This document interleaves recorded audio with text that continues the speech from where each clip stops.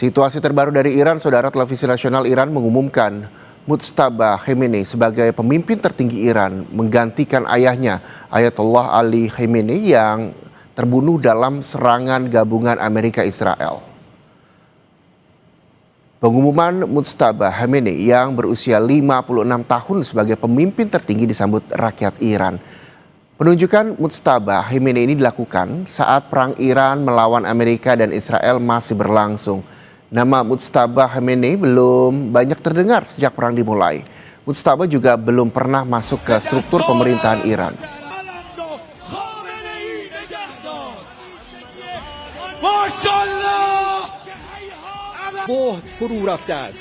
قاطع مجلس خبرگان حضرت آیت الله العظما سید مجتبی خامنه‌ای رهبر عزیز ما ولی فقیه ما الله اکبر.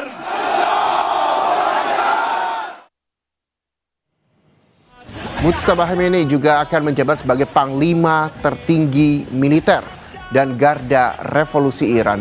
Sebagai Ayatullah, Mujtaba Khamenei ini juga memiliki wewenang atas kelanjutan pengayaan uranium Iran. Mujtaba terpilih atas putusan majelis pakar yang beranggotakan 88 ulama Iran yang bertugas memilih pemimpin tertinggi. Allahu Akbar. Dan saudara, terkait dengan konflik yang terjadi antara AS Israel versus Iran, kita akan tanyakan langsung dengan pakar hubungan internasional UNPAR. Ada Pak Julius Purwadi Hermawan melalui sambungan Zoom. Selamat siang Pak Julius, terima kasih sudah bergabung bersama Kompas TV. Selamat siang Mas Reza. Ya, informasi yang baru saya bacakan tadi adalah soal Mujtaba Khamenei yang memang saat ini juga menjadi pemimpin tertinggi Iran. Apa kelanjutan dan langkah apa yang nantinya bisa diambil dari pengamatan Pak Julius? Ya, iya, saya melihat berita ini itu dengan sukacita ya, seperti yang terjadi di Iran, ya, bahwa masyarakat itu sangat bersukacita gitu. Pada akhirnya gitu, setelah berapa hari, 7 hari ya gitu, pemimpin baru terpilih. Gitu. Itu satu ya. Lalu kemudian di sisi yang lain, tentu saja ini duka cita gitu ya, untuk Amerika Serikat dan tentu saja Israel. Gitu. Yang mereka tidak mengharapkan bahwa sosok Mujtaba Khamenei adalah yang dipilih. Nah, cukup unik karena itu artinya bahwa pertempuran akan dilanjutkan dan ini sesuatu yang Amerika Serikat saya kira harus khawatir, Mas Reza. Iya, walaupun dengan demikian tidak ada dialog bahwa nantinya akan selesai begitu perang tersebut ya, dari Amerika. Tentu saja tidak ya. Tentu saja tidak ya gitu. Tentu saja tidak gitu. Dan kita paham betul kenapa ruang dialog kita tertutup gitu. Yang pertama bahwa Trump sendiri kelihatan tidak mengendaki dialog itu, sekalipun Iran pernah menawarkan untuk dialog gitu ya, dan nyatanya sampai hari kemarin gitu ya, terutama di Sabtu kemarin gitu, kita sudah paham betul gitu maunya Trump no deal tanpa Iran menyerah gitu. Iran harus menyerah dulu gitu ya. Lalu kemudian dari Presiden Iran juga sudah menimpali, nggak mungkin Iran akan menyerah begitu saja. Gitu. Dan hari ini sukacitanya jadi lengkap, gitu, bahwa pemimpin baru terpilih dan saya kira akan meneruskan Ayatullah Ali Khamenei, gaya kepemimpinannya, keputusannya, posisi politiknya, termasuk sikapnya terhadap Barat. Mas Reza. Iya Pak Julius, tapi kalau misalnya melihat track record dari Mujtaba Khamenei ini kan belum banyak terdengar sejak perang dimulai. Bahkan Mujtaba juga belum pernah masuk ke struktur pemerintahan Iran. Anda melihatnya seperti apa? Apakah memang ini salah satu bentuk strategi dari Iran untuk melawan Amerika Serikat dan juga Israel? Dan itu kan pernah tahun 2019 dia dijatuhi sanksi ya oleh Amerika Serikat gitu. Karena ini orang tidak punya kedudukan resmi, tapi bagaimana ceritanya bisa mewakili Ayatullah Khamenei? Itu yang mungkin memang seperti yang Anda sampaikan tadi menjadi sebuah strategi dari Iran untuk melawan Amerika Serikat dan juga Israel. Tapi kalau misalnya melihat sosok dari Mujtaba Khamenei ini dari penglihatan atau analisa Anda seperti apa sih sosoknya, Pak Julius? Ya, pertama dia masih muda ya, 56 tahun betul. 56 tahun dan dibandingkan dengan calon lain yang cukup kuat ya, yang 60-an tahun. Dan itu mencerminkan cara pandang anak-anak muda lah kurang lebih lah gitu, atau di usia produktif gitu ya. bagaimana melihat Barat gitu ya. Itu saya kira satu ya, mudah. Lalu kemudian yang kedua, kalau kita melihat respon dari Garda Revolusi Iran, Garda Revolusi Islam Iran, saya kira juga sangat jelas. Mereka akan patuh, akan tunduk, mengikuti apapun yang diperintahkan oleh Mujtaba Khamenei. Saya kira itu menunjukkan bahwa solid ya, tingkat solidan kepemimpinan Iran yang baru gitu, di bawah Mujtaba Khamenei. Gitu. Kesolidan dari pemimpin Iran yang baru Mujtaba Khamenei ini juga diberikan apresiasinya dan juga dukungan oleh seluruh masyarakat Iran.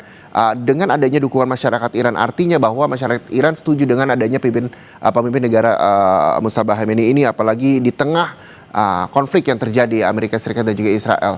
Apakah memang nantinya ini juga bisa menyelesaikan konflik yang terjadi?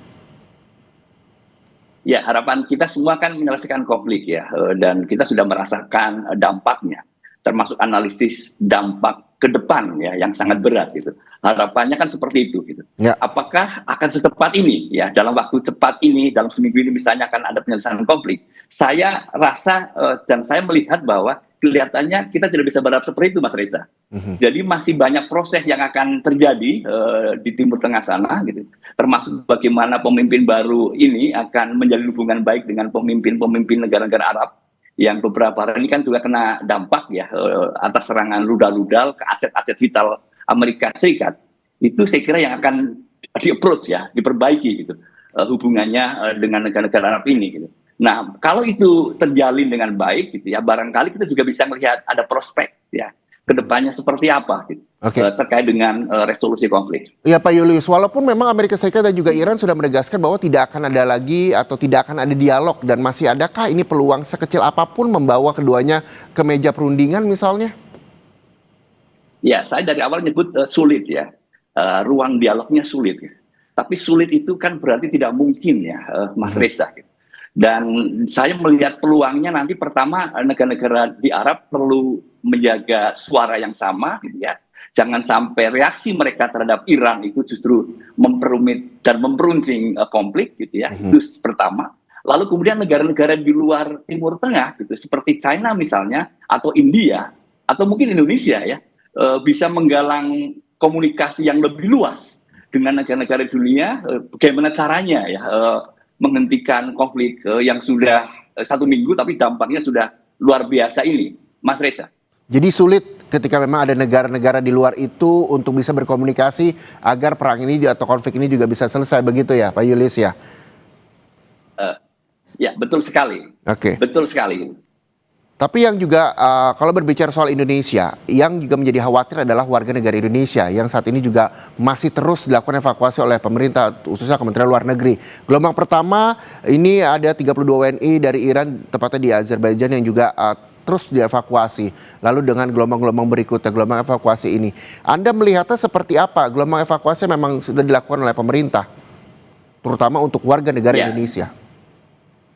Yang pertama kita akui bahwa kali ini mungkin lebih sulit ya dan lebih kompleks daripada kalau kita bandingkan Juni tahun lalu ya. Ketika kita lebih fokus ke bagaimana mengevakuasi orang-orang Indonesia yang ada di Iran. Itu satu hal ya.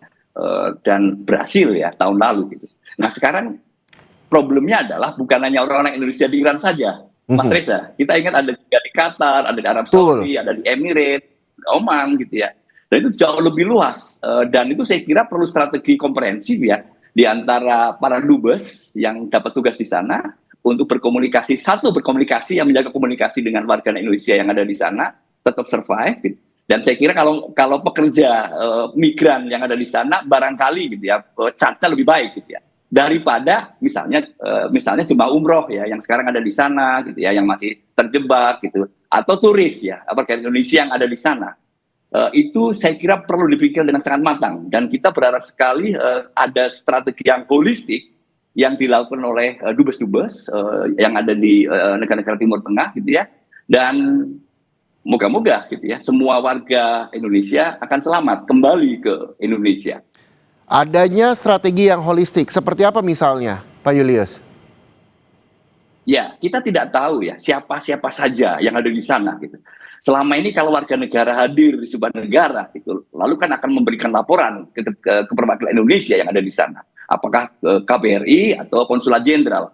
Itu kan gitu. Nah kalau mereka melaporkan, oke gitu ya. Tapi problemnya kan gitu, Mas Reza, ada orang datang pergi misalnya ke Singapura, ketemu dengan orang Timur Tengah, lalu kemudian dibawa menjadi pembantu misalnya di Iran gitu, atau di Arab Saudi gitu, kan ceritanya lain gitu. Jadi bersyukur ya kalau data kita memadai, data kita cukup gitu ya, siapa-siapa saja yang ada di sana. Tapi jangan lupa ada juga warga negara Indonesia yang tidak terdata. Nah ini bagian yang pertama saya kira yang perlu dicek ya, informasi data yang akurat terkait dengan keberadaan warga negara Indonesia yang ada di negara-negara Arab. Apa yang memang harus dilakukan oleh Kedubes misalnya dari sejumlah negara Timur Tengah begitu yang terdampak dari konflik ini sendiri untuk bisa secara cermat dan secara tepat mendata warga negara Indonesia agar proses evakuasi, gelombang evakuasi ini juga bisa berjalan dengan baik begitu, Pak Julius? Ya, saya kira kan KBRI sudah merilis ya, nomor-nomor kontak yang bisa dihubungi oleh warga negara Indonesia. Itu step pertama yang kita harus apresiasi. Satu gitu. Tapi posisi kita kan menunggu itu, gitu. Menunggu bahwa warga kita akan mendaftarkan diri. Nah sekarang proaktifnya, ini juga bagian dari strategi yang sangat penting yang harus dilakukan oleh perwakilan kita di sana. Nah karena evakuasi ini kan tidak mudah Mas Reza ya, jalur darat pasti akan panjang sekali ya. Kalau kita bicara tentang Arab Saudi, Qatar, gitu, kemudian Oman, termasuk Yordania, saya harus sebut itu gitu. Jadi tidak mudah gitu ya untuk membangun jalur gitu ya yang aman bagi warga kita gitu. Dan pastinya kita harus memastikan bahwa warga kita secara logistik itu juga aman. Kesehatan mereka juga perlu dijaga. Itu juga bagian yang lain Mas Reza. Sebelum pada akhirnya mereka bisa diterbangkan kembali ke Indonesia. Nah kalau mau diterbangkan kita belum bisa menentukan waktunya kapan Mas Reza. Betul. Itu yang saya sebut dengan strategi yang holistik. Oke, proses pendataan dari warga negara Indonesia juga masih terus berlangsung dan kita berharap bahwa proses pendataan ini juga dengan mudah bisa diterima dan seperti tadi Pak Julius sampaikan bahwa adanya proaktif dari warga negara Indonesia untuk bisa menyampaikan kepada KBRI di sejumlah negara.